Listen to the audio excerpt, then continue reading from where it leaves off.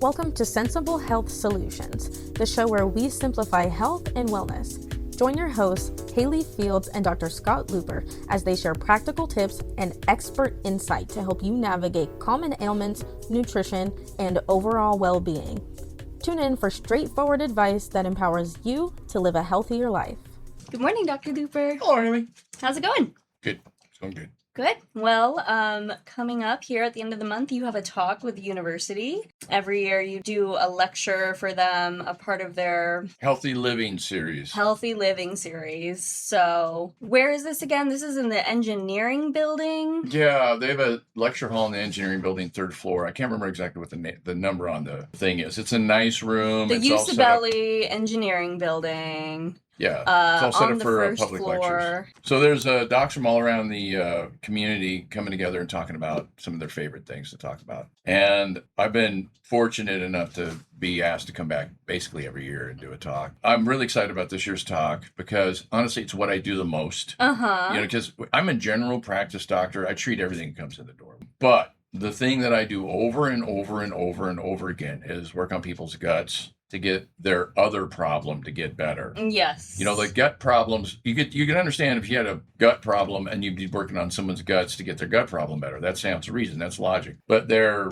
anxiety, or their lupus, or their headaches, or their psoriasis.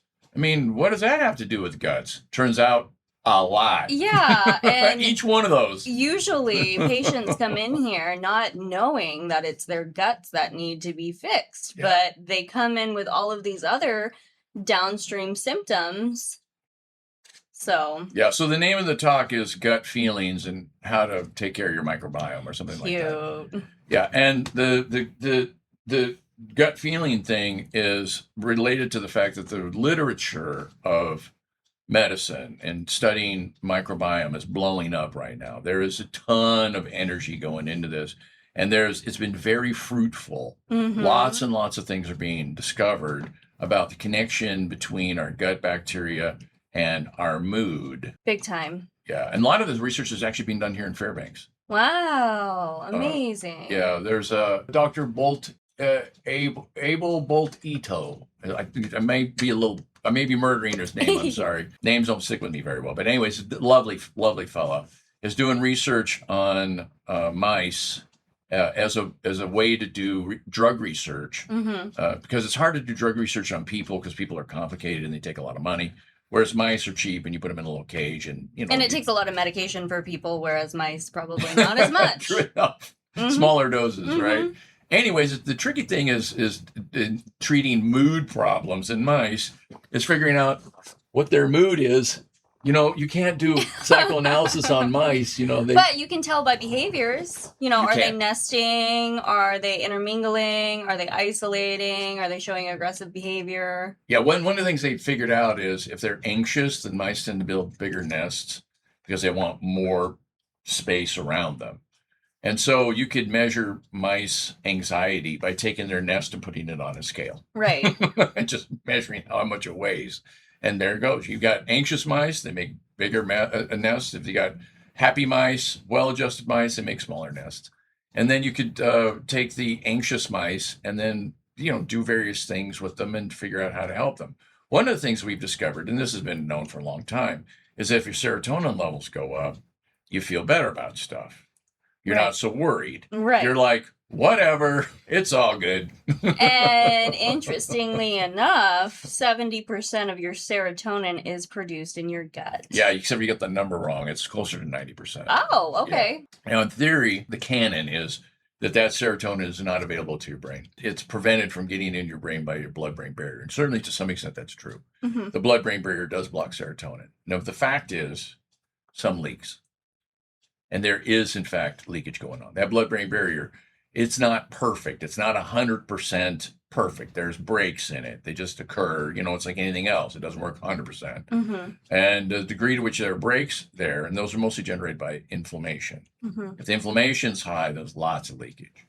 If the inflammation is low, the leakage is less. So there is an actual connection between gut serotonin and your mood. If the gut serotonin is up, and your brain's working well and everything kind of clicks. And if it's not, then there's a connection between those things, and you actually you get more anxiety is what you get.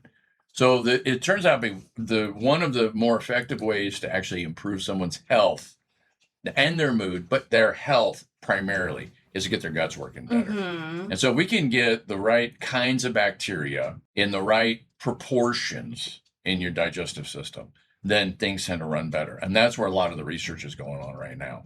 Now, back in the day when I was, a medical student, the only thing we ever talked about was lactobacillus and bifidobacteria, as if those were the two bacteria that were in our gut.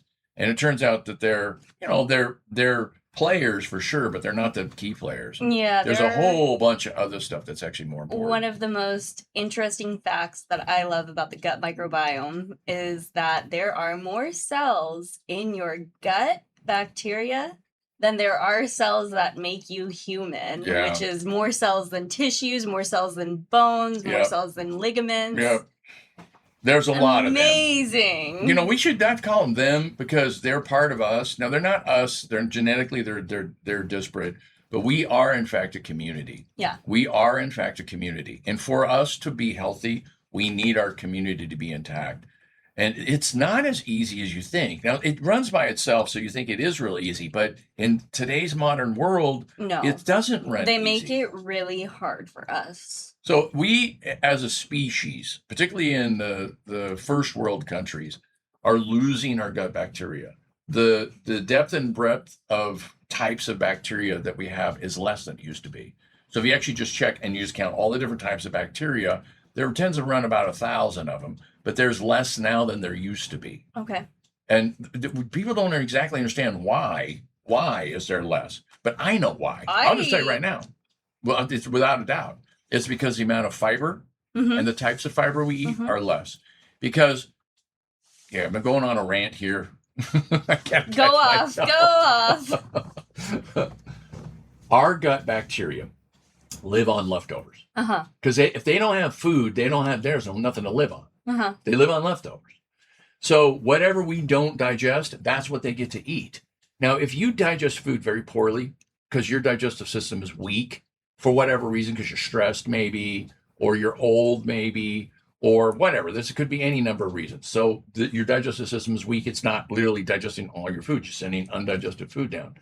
There are bacteria that can take advantage of that undigested food, and they do us no favors. So if you send protein down, what you're basically doing is you're rotting. That's the word we use, rotting. That's digesting and making nasty bits. Yes. Okay. That's generating in our gut. So we're rotting the leftovers. And turns out we don't do very well when there's a lot of rotten material in us. We feel poorly. Our skin is bad. We feel tired. We tend to have headaches. We have brain fog. Whatever. A bunch of stuff happens. Our liver goes cattywampus or hormone regulation. I mean, this is the reason why I'm treating all these. We get anxiety. Right. We're treating all these other conditions by improving digestion. And the main thing with the digestion is not that I'm giving people better probiotics. That's not the solution. No. The better thing to do is to improve digestion. So that when you digest your food, you literally digest everything that you can. Because the stuff that you can digest, if that gets out in the lower intestine, that makes nasty crap. Literally. Yes. Okay. We don't like nasty crap, but if you could suck all the protein in and all the fats in and all the carbohydrates in, you break them down and you absorb them, and they go into our circulation and they build our body up. And the only thing we're sending down is what we literally can't digest because we don't have the enzymes for it, and that's fiber. Yes. Now, fiber's not one thing. Fiber is 1,000 things. Think of all the different kinds of things that you can eat and that you can't digest completely. Broccoli, it's got fiber. Carrots, it's got fiber. Apples, it's got fiber. I mean, they're all a little different. They're not the same exact kinds of fiber. Right. There's different flavors of fiber, different mechanisms to break into these different kinds of fiber to be able to access the calories that are contained in that fiber. And when the beneficial bacteria ferment the fiber, they release short-chain fatty acids. Again, all this is an oversimplification. There's a lot more detail here. More detail in the talk. If I get into the details, we just killed the talk. Right. Now it's Dr. Luper going on with a lot of big words. That is not what the mission is. Not for me to string big words together. What I'm trying to do is tell a story that you can take home and think about and then make your life better with. Mm-hmm. Okay, so here's the take-home message on this one. Okay, you think it's eat fiber. Yes, it is. It is. But the better message is eat a variety of fiber. And also eat digestible foods. Eat foods that are able to rot in your gut adequately. Yeah. If you're eating food that's designed not to rot, you're pushing uphill. If that's like the majority of your diet.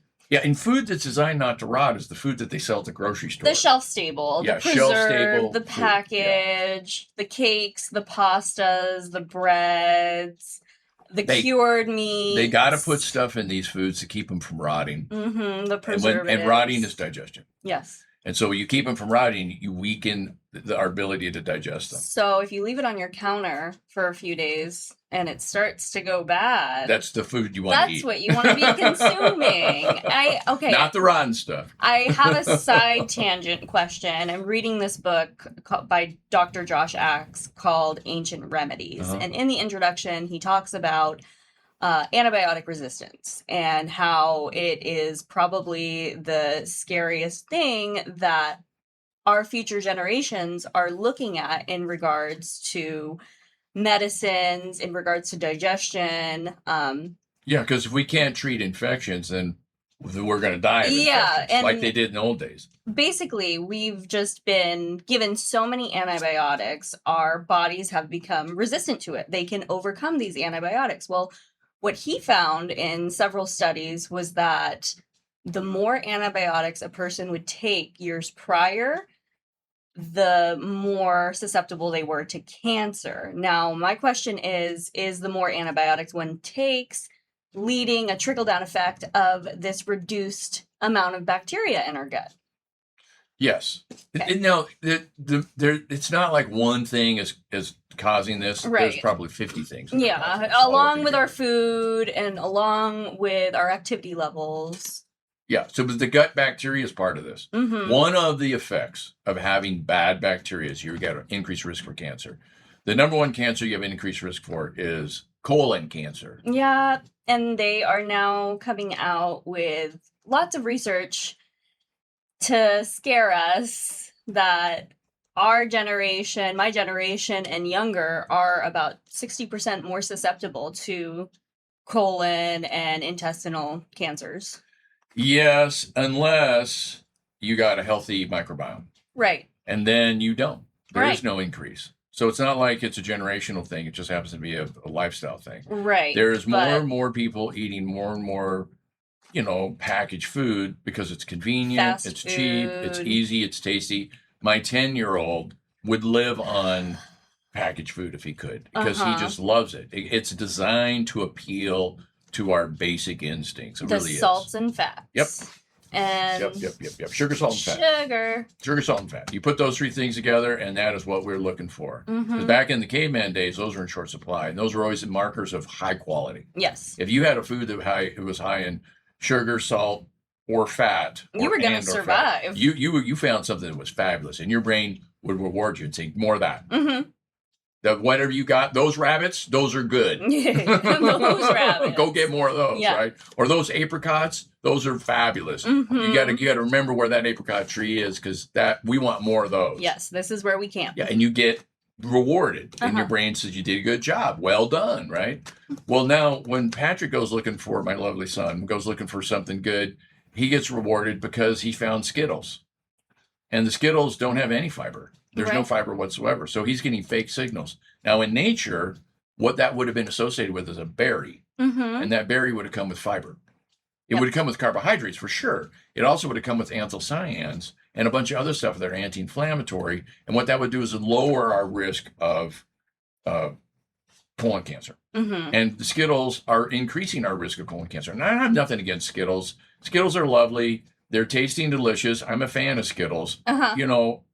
Like 7 at a time. Right, but you can't survive off of Skittles. No, and Patrick would. Yeah. He would. I mean, I'm honestly, given this choice, he would just eat them all the time. Now, maybe if we just gave him all the Skittles he could ever eat, he'd eventually burn out on them. I'm not so sure that's the case. I don't know about that. That ain't going to happen. I'm going to tell you right now. Skittles are limited. There are literally no Skittles in my house right now. Yeah. Right? Because we can't have them in the house because Patrick just eats I can't have ice cream in the house. Yep, we they're like that. can't have ice cream. So No. what I do with patients is I give them simple things to do.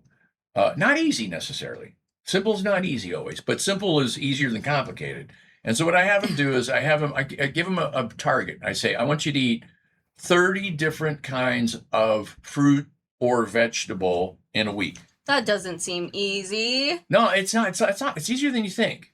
It's not that hard. So No, it's not like you eat 30 a day. No, that would be rough. Sure. Right? But what you end up having to do is you end up getting some apples and some oranges and some carrots and some broccoli, and then you use those onions to make that stir fry thing. And you threw some pea pods in that as well, right? So here's a hot tip. Costco has these freeze bags of sheet vegetables, big bag, with squash, with asparagus, with mushrooms, with red onions, with sweet potatoes, with Brussels sprouts. They're great. I know About $15 a bag. we buy 2 bags a week. I buy 2 bags every time I go shopping. One of one variety, one of the other variety, and switch out every Christy other lives night. on those. That's her number one source of calories is those sheet vegetables. Then we've got the other brands as well. They're a little less expensive. You can get them for $10 a bag, and they're supposed to 15. They're not as good. The sheet vegetable ones are just better. And we did other stuff, and she said, forget it, we're just going to spend the money and get the sheet vegetable ones, right? That's a great way to do it. And now you're getting you have a 7 or 8 variety different of kinds vegetables in one bag that aren't going to sit in your fridge and go bad sooner than these frozen vegetables would. Yeah, and the frozen vegetables are excellent. They're typically picked at the peak of ripeness. They're trying to make the vegetables as good as they can get. If you're going to get peak of ripeness and you're going to pick them and put them in a box, by the time they get to the store, they're already rotten, right? They're already passed. By the time they come to Alaska. Yeah, and so what they need is they pick them green, and then they ripen. I'm using this air quotes because they only ripen, right? They ripen as they come, and then we eat them kind of funky. I love Fairbanks. Fairbanks is a fabulous place to live. This is one of the downsides of Fairbanks. We're at the end of the food chain. The transport end chain. of the road. Yeah. And so we don't necessarily get the best produce. Now, having said that, you can get good produce. There are local farmers that are growing fabulous produce. The best carrots I've ever had in my entire life grow right here in Fairbanks because of the 24-hour sunlight. Yes. And the carrots never have to burn sugar to get through the night. My daughter, when she was about 3 and 4, the only carrots she would eat were the carrots out of Beamy's garden. Yeah, they're better. And now she won't eat store-bought carrots. And store-bought carrots are still decent, but you got to lower your standards. Yeah, no, not with this girl. She cannot with carrots. So it's a doable thing. It's not that hard. It's a challenge. And I've had people that is what we did to fix them. I had a little girl that was having stomach problems that were horrible. And I ran the test, and it turns out she had dysbiosis and she had bad bacteria in her. And there you think there's all kinds of herbs and things that I would do. And I did. But in the end, I pulled all the herbs out. We didn't do any probiotics whatsoever. What we did was simply expand her diet and just have her on a regular basis eat a wide variety of fruits and vegetables, and it cured her 100%. Good. I mean, that's one example, but there's countless examples. There are, more complications with more cases. Yeah, so let's talk about this thing. The big picture is your gut microbiome is important for your health. So how do you fix it? No, you don't take probiotics. That is not how to fix it. Yeah, will it help? Yeah, a little. Not that much though, because the thing is, if you're trying to grow a garden and you take seeds and you fling them out on hard baked soil, right? That's dry and won't grow anything. You're just wasting your time. Right. The seeds are going nowhere. You got to nutrient. No, you got to the soil. Yeah, you got to build the environment that is going to be conducive to growing these bacteria. Now, what do the bacteria need? Food. Now they're going to need some place that's warm and wet. Well, you're already warm and wet already. Inside your guts are warm and wet. Check. We're done on that one. We don't have to worry about that. Now, what else do they need? They need something to eat. Good. Something good to eat. Something that's just something not to eat, period. Just any kind of food whatsoever. And it turns out the bad bacteria like to rot all the leftover stuff. That's why they're bad bacteria, because they make nasty crap. So those are bad. Those will make you sick. So we don't want to have nasty crap. So what we need to do is get the good bacteria. Now, why are they good bacteria? Because they make short-chain fatty acids. They make stuff that helps us, stuff that our body likes, stuff that our body can burn for calories. So back in the caveman days, we ate lots and lots of fiber because that was just all you could get, right? You just eating nuts and berries and grubs, right? And so they were just all full of fiber. And we would take that fiber that we couldn't digest, have our gut bacteria digest it for us. We didn't know why, but they just did it on their own, right? And it would generate calories. And that, a lot of times those calories that would be generated by the fiber would be the difference between life and death. Because about 20% of the calories that a person eating on a caveman diet gets is from the fermentation of the soluble fiber.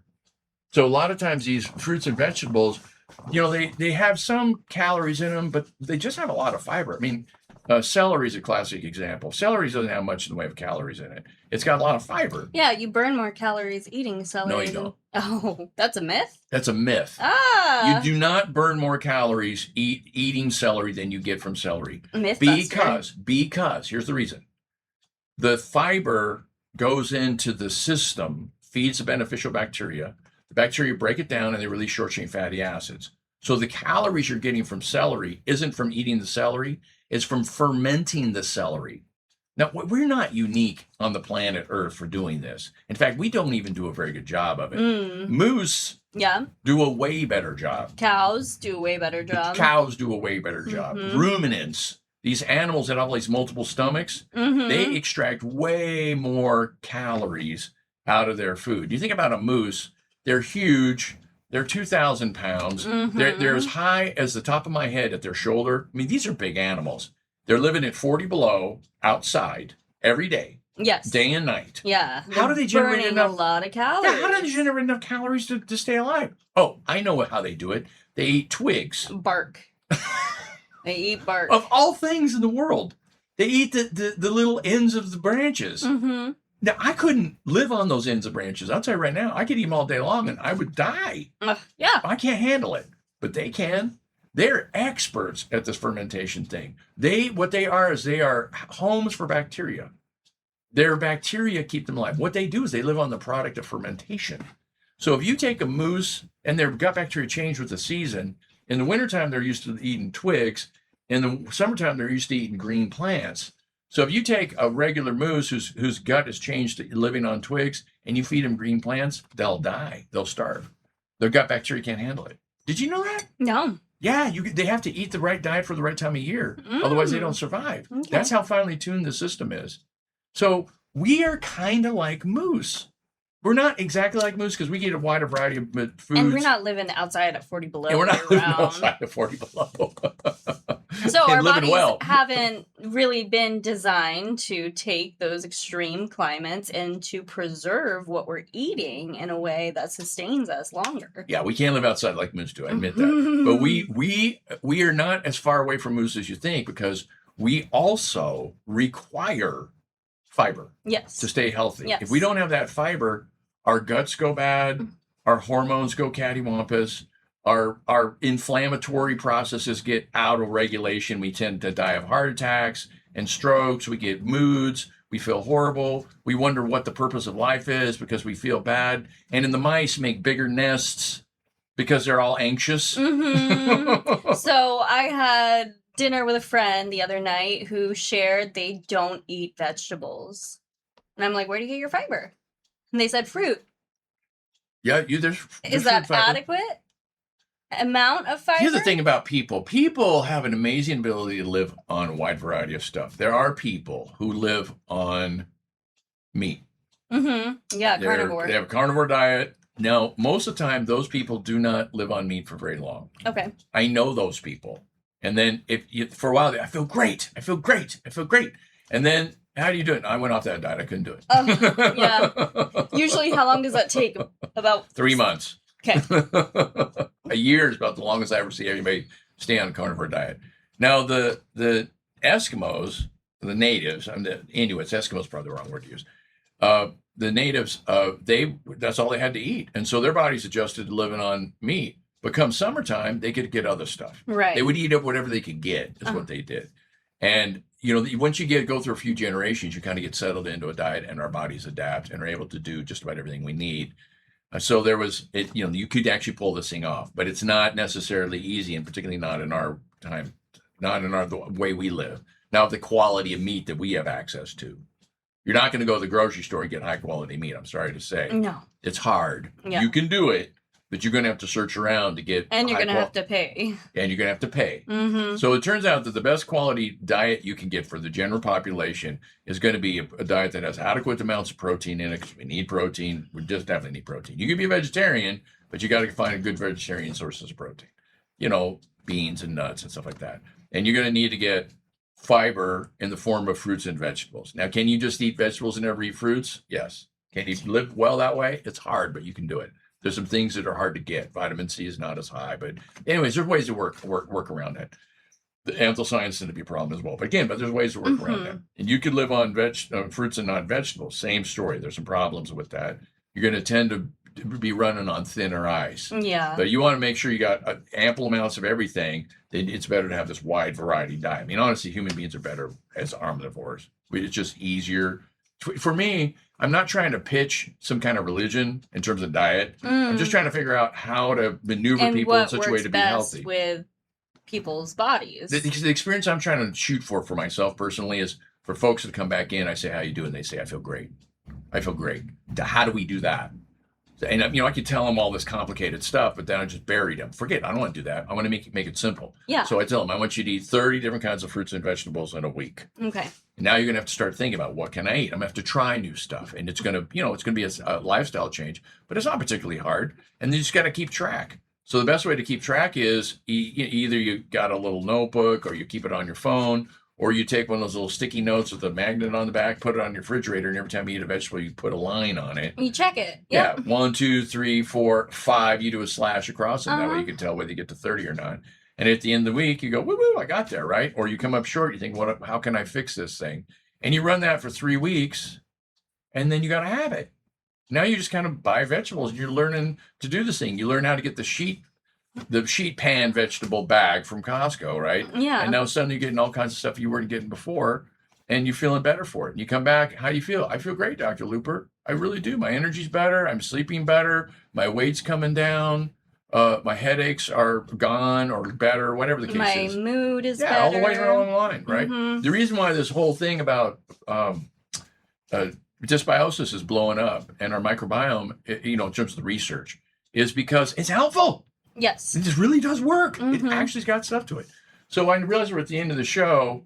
I want to be clear about this, because folks in Fairbanks can come to this talk. Yes. It's Tuesday night. July 28th. 7 p.m.? Yeah, 7 p.m. Up at the Usabelli. Third floor. Engineering building. Yeah, the third floor of the Usabelli, the engineering building at the university. Yes. I can't tell you exactly what the room number is, but it's not hard to find. You can Google it. You'll find people. Yeah, and if you go to the third floor, mill around, eventually you can see where people are going. Yeah.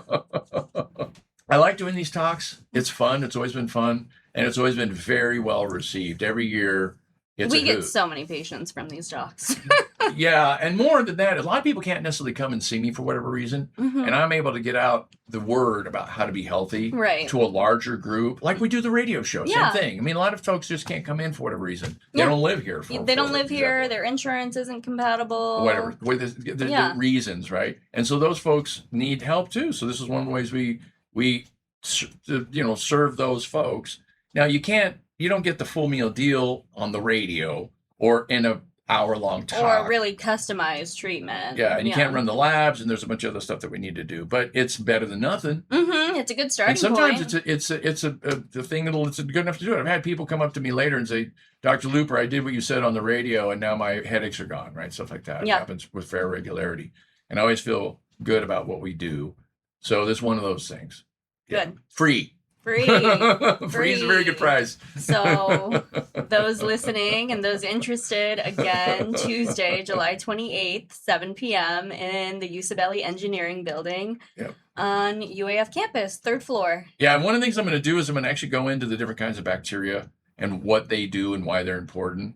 Basically, helping manage the other bacteria, make them behave. Yes, keep them in line. Wonderful, cool. Dr. Luper. All right, Haley, thanks. Thank you. Thanks for tuning in to another episode of Sensible Health Solutions. We hope you found today's discussion enlightening and packed with practical tips to enhance your wellness journey. Remember, small changes can lead to big results. If you enjoyed the episode, don't forget to subscribe and leave us a review on your favorite podcast platform. Your feedback helps us bring you the best content possible. Stay connected with us on social media for more health insights and updates.